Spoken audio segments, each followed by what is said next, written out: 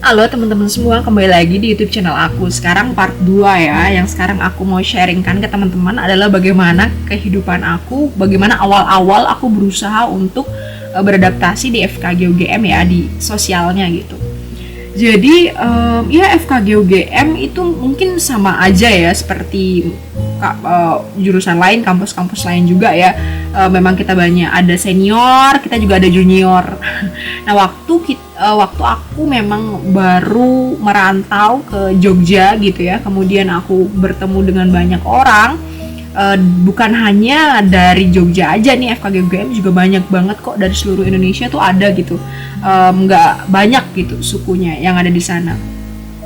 Aku memang orangnya sedikit susah ya untuk bisa get along with the new people gitu. It's really hard. I find myself really hard to do that. Aku kayaknya susah gitu, dan tapi kan aku udah komitmen gitu sama diri aku. Aku tuh di sini buat sekolah. Nah, dimana aku nggak bisa terus deket sama papa mama aku gitu kan. Otomatis aku harus committed to myself.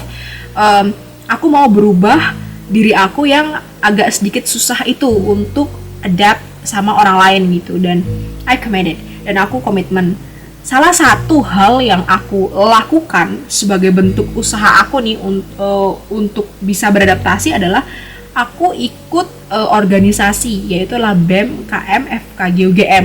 Nah, dari semester pertama itu udah dibuka nih bagi mahasiswa-mahasiswa baru yang mau ikut organisasi bisa daftar gitu. Dan ya udah, temen aku ada yang ngajakin tanpa pikir panjang, ya udahlah aku ikut gitu. Padahal sebenarnya aku takut, karena aku takut nggak ngerti deh, pokoknya takut aja gitu.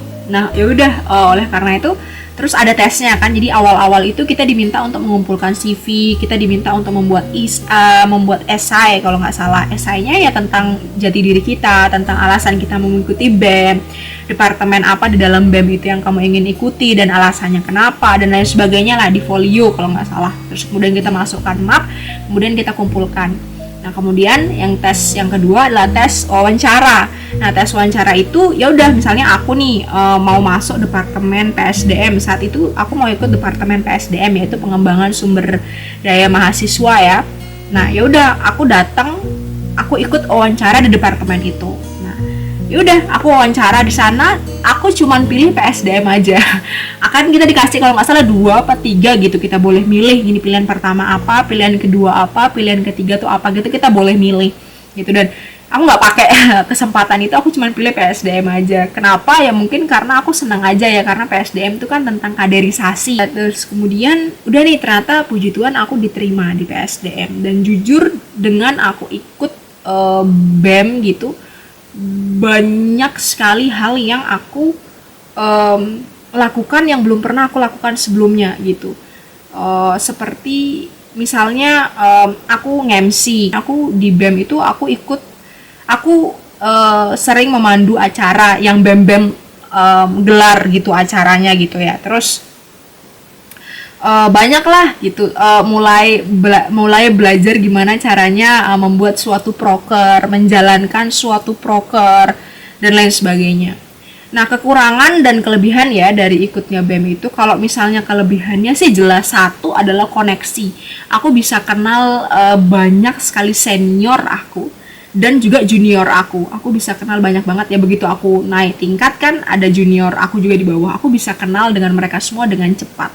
Otomatis kalau misalnya keuntungannya, kalau misalnya kenal banyak, koneksi nih, apalagi kalau misalnya senior tuh kan mereka lebih tahu ya mengenai kondisi FKG itu gimana gitu. Mereka tuh banyak banget memberikan kita saran, memberikan kita sumber dan masukan. Kalau misalnya kita nggak ngerti juga tentang pelajaran, minta sumber dan lain sebagainya, itu mereka sangat membantu dan itu sangat membantu lah bagi orang kayak aku gitu ya, yang sangat-sangat introvert ini gitu. Terus kelebihannya lagi, itu sebenarnya secara soft skill itu menambah apa ya, rasa percaya diri kayaknya. Rasa percaya diri, kemudian menambah aku kemampuan aku dalam sosial, interpersonal, kemudian membuat aku lebih luas, lebih berani kayak gitu. Terus yang ketiga, ikut BEM itu bukan hanya kenal sama cutting dan junior juga, aku juga bisa kenal sama dosen-dosen dekanat gitu misalnya. Kenapa? Karena pada saat misalnya kita mau mengajukan proker itu kan memang butuh persetujuan beliau gitu, jadi kita berdiskusi dengan beliau, kita jadi dikenal gitu sama beliau. Belajar juga nih gimana caranya berbicara dengan dokter, pembimbing, dosen kayak gitu. Juga kita bisa kenal orang-orang, individu di luar FKG UGM, baik itu dari luar UGM-nya maupun dari luar jurusan FKG-nya. Kenapa? Karena kalau misalnya kita ngadain event nih yang butuh narasumber gitu, biasanya kita mengundang juga narasumber-narasumber di luar ruang lingkup FKG kayak gitu, dan jadi bisa kenalan kan gitu. Itu sangat membantu sih teman-teman. Nah, kekurangannya adalah pada saat aku ikut BEM itu jelas itu akan kita dituntut untuk memberikan lebih berupa waktu, tenaga, pikiran gitu ya. Jadinya kita fokusnya bukan hanya belajar aja, tapi juga kita bagaimana fokusnya profesional juga supaya tetap bisa menjalankan bagian kita lah di dalam organisasi itu gitu ya. Capek sih gitu, kadang pulang dari kampus kita harus rapat nih, misalnya ada proker gitu sampai malam atau sampai sore gitu, terus pulang harus belajar lagi untuk mempersiapkan besoknya gitu. Itu sih teman-teman, tapi overall it's really fun gitu. Aku ikut BEM itu kalau nggak salah 2 tahun, kemudian setelah itu terjadi regenerasi, kami angkatan aku yang ada di BEM itu kita lengser dan digantikanlah dengan adik-adik tingkat kami yang di bawahnya gitu. Gitu teman-teman, jadi apa yang aku lakukan, salah satu yang aku lakukan untuk bisa beradaptasi ya, berkompromi lah gitu dengan lingkungan untuk supaya aku bisa survive di sana, dan it really helps gitu, dan itu sangat membantu sekali. Semoga teman-teman juga bisa mengambil manfaatnya ya gitu. Semoga bermanfaat ya teman-teman sharing aku. Terima kasih banyak. Mungkin itu aja sih untuk sharing aku pada kali ini. See you on the next video. Jangan lupa subscribe, like, comment, dan share. God bless you.